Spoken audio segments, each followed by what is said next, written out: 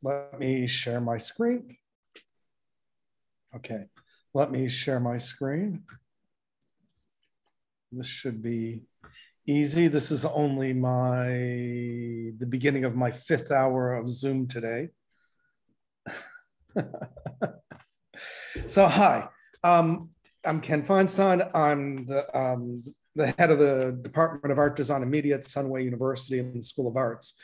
And I want to talk about the idea of the uncanny and how that works in various forms of mixed media, of mixed reality, augmented reality, virtual reality. And so I want to talk about some theoretical concepts, some ideas of how ways that I'm trying to read this, the idea of how this works out of the relation of the work of Sigmund Freud. And then from there, what I'd like to do is I'd like to look at, and if I'm running long, someone please just tell me to speed up. I would like to look at the Center for Research Creation at Sunway University, which does a lot of work in various projects that I think I can use as to explain how these ideas play out in real life.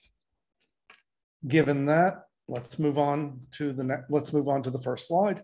What is the uncanny? And I'm using the idea of the uncanny as we understand it from the book by Sigmund Freud, because I think that's very sort of fundamental to most contemporary discussions of the uncanny and how and where we come from.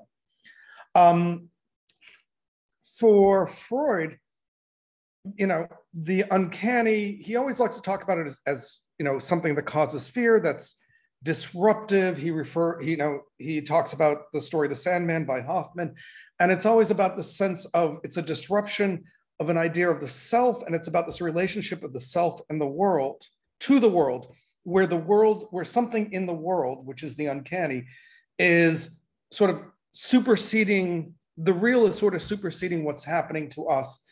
And that traditional singular Cartesian sense of self has been challenged and disrupted. And that's where the disruption comes from.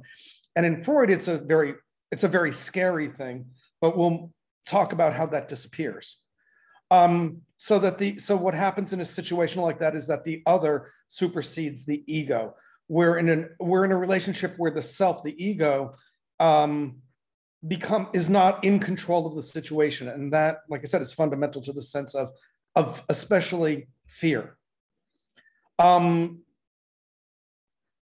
Another important thing is that for Freud is that when we think about the uncanny, and when he talks about the uncanny as a thing only exists, it exists in present time.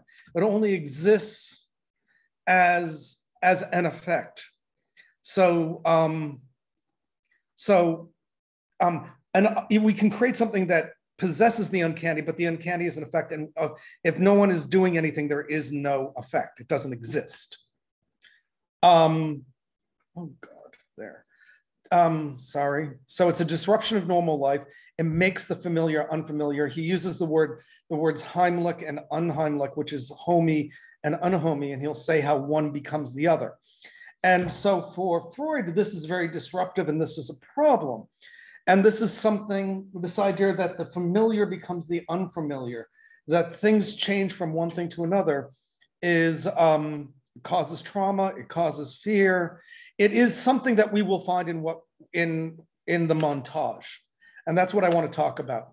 The contemporary view of the uncanny, today we look at it in a post-Cartesian world where we understand otherness, and for Freud and for sort of Western thought up until the 20th century, I guess, specifically we like to think about sort of Martin Buber and after. The relationship to otherness is always problematic. Even in Lacan, we see that the relationship to otherness is always problematic, and the other, and in Heidegger too, that we see the idea that the other is trying to take our sense of self away from ourselves as individuals. And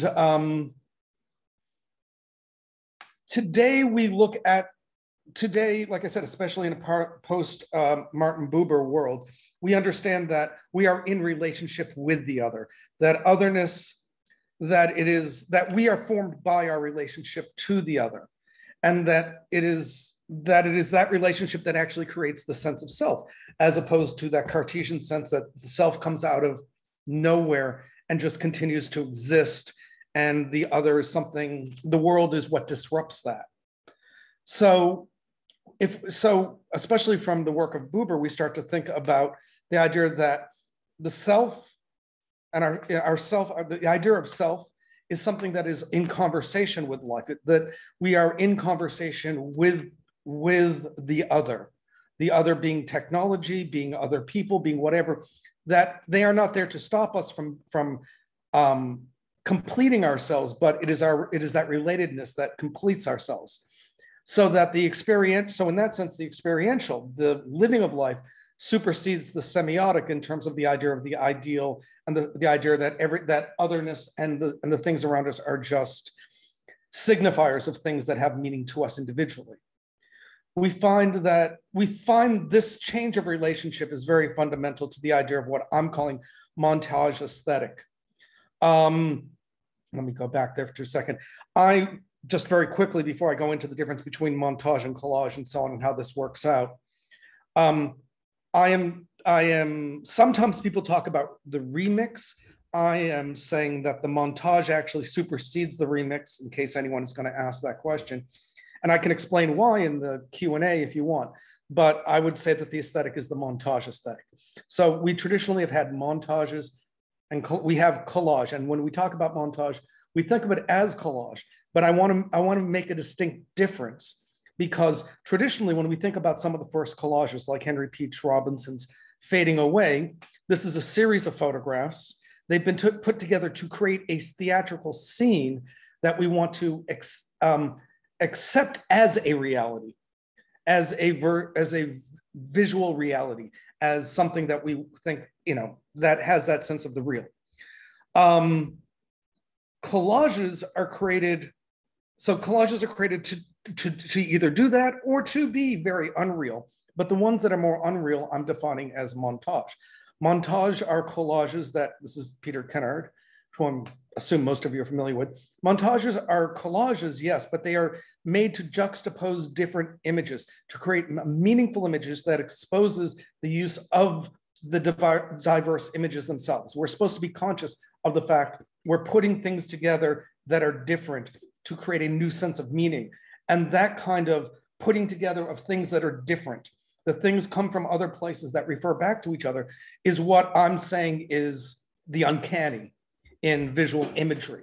That uncanny, that is utilizing the concept of the uncanny taken from Freud and bringing it into something that is a form of communication, which takes that fear aspect, that trauma and fear aspect away, and makes it something that's utilizable by understanding how the different elements themselves come together and create a new sense of being and self through acknowledging the original elements that make the image come together. So montage is based on this uncanny relationship, and we start to see it with Dadaism, with Surrealism, which Surrealism, of course, is very owes a great debt to Freud, but again, is moving away from some of the classic things that Freud is writing about. So here, of course, this is an image from 100 Headless Woman by Max Ernst. And so it is based on an image having meaning and having a coherence because of its uncanny relationship. And that I would say that most of what we think of as important 20th century art, going from cinema and the idea of the montage of cutting things together to create wholes, collage work like this, cubism, so on, has been built on this idea of these relationships of montage. And in that sense, being a relationship of an uncanniness through montage. That they are made so that the images are made to, they are conversational within each other to create the images that they do, and they're conversational to us. So the elements here are from different images that we can see, but they are also, so they are conversational with each other, but they're also conversational with the viewer, in that we are expected, where a painting of Christ on the cross, in traditional painting, we know exactly what it's supposed to mean, and we don't question what the meaning is. Most images like this are talking about issues and asking us to be engaged in defining what meaning is. So the montage aesthetic, and this is important to a lot of things that we'll see in AR and so on, is very much based on this sense of the uncanny. It is this experience, what Freud talks about is fear. And remember, Freud is writing this stuff before modern media as we know it exists. He's writing just as film language is being invented. He's not really ever engages with cinema as a thing. He does understand about photography, but that's about it. Radio doesn't exist when he's writing these essays. A lot of what we think of in terms of how our sense of self in relation to otherness through media doesn't really exist when he wrote this. And he's still looking back at literature. So for him, it's fear. For us today, I would say that being with otherness is actually more about understanding how we experience things and the growth and the understanding that we get through experience, if this makes sense so far. So, but one of the other things that he talks about fairy tales. And this is really kind of interesting. And he says, so what I've been saying about the uncanny and this relationship of different things put together and a sense of the real and disrupting the real, which is what montage does, is fundamental to what that is. But he also has another category, which again, he defined as fairy tales, where he says, when we create a holistic world, fantasy world, that is true unto itself, anything within it is not uncanny. So the idea of dinosaurs existing in a movie like Jurassic Park cannot have an uncanny effect because there is nothing. Harry Potter, Star Wars, all the Marvel movies, there is no uncanny lodged within there, because when you create that whole new world, everything that exists is within the rules of that world. And because the uncanny has to be about a disruption of the rules of the world to create new senses of meaning, things that are holistic, that are whole this way, can never possess the uncanny.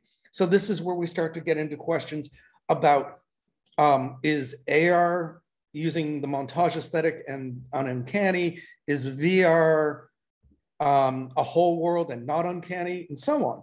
So the idea that where do we place these things and how do we understand these experiences with mixed reality, augmented reality, and virtual reality, I want to base on those ideas of interrupting the real and collaging with the real and building things that are so holistic that they are their own, that they replace the real, and therefore where's that uncanny relationship? So to explain what I mean here, I wanted to just look at a few pieces by, again, the CRCDM, the Center for Research, Creation, and Digital Media at Sunway University. So Park Bench Sojourn is a work made by Professor Matthew Sanson. And it's basically, there are two versions of it. It's a soundscape piece. He's gone out and he's recording soundscapes at different park benches in different places in the world, primarily originally done in the UK. And there's a mobile version where I can just have the soundscape. I can sit down wherever I want in the world and listen to it. And he also did make a VR version.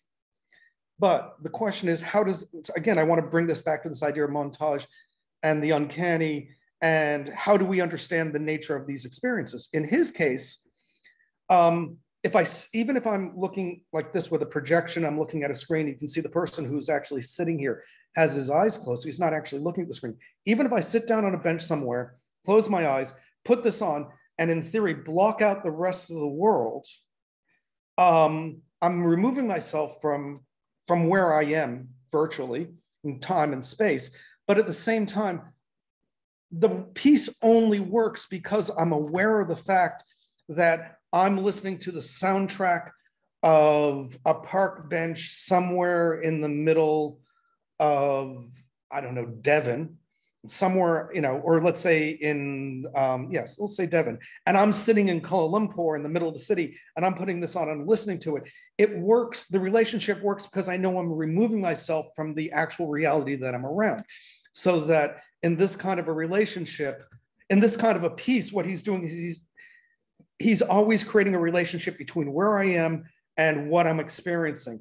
And that the interface between the two is what I'm saying keeps this montage and uncanny aesthetic within the work. And that sense of uncanniness, the way that I'm defining it, is central to what that work is. So it's very experiential and not narrative. It is very much about understanding that I'm not where I am, but I am mentally somewhere else. That in terms of when I close my eyes in a sensory way, I feel as if I'm somewhere else, but I'm always conscious of where I am physically. In this case, this piece is made to be very relaxing, which is the opposite of what Freud would want to say that something that is uncanny can be. But this is an example of the fact that we've moved beyond that idea of fear and trauma within the sense of a montage aesthetic. Just to say, Kenneth, you've got about 3 or 4 minutes left. Okay, I'll do this very quickly. So here, I'm talking about an image that's using projection. It's very much based on photo montage. I want to skip past that. What I do want to say is when we do a work like this, which is a virtual museum, as I was saying, this is the idea of a work that does not allow for the uncanny because the whole aesthetic of everything is completely in and of itself. And that we need to think about the fact that a lot of times with VR, we're actually not using the same aesthetic and the same way of building images and thinking about things that we are in a piece like Park Bench Sojourn. Interestingly, for the last pieces, Della Santano and Harold Thwaites have worked on this project called the Heines Boat Builder. And what they've done here is they've collected a bunch of material and then said this material is open for people to build in different ways. So in some cases it's VR, some cases they use AR. They've kind of tried to discover a way to create data in intangible heritage to allow people to build things in different kinds of forms that allow for the montage aesthetic, that allow for things that are fully, that are not uncanny in the sense that VR is, but they're trying to begin to find a possibility for a new way of thinking about how we even start to collect work, build work, make images, and so on towards various forms of media. Sorry for running long. Thank you very much. If you guys have any questions, I am very, very happy to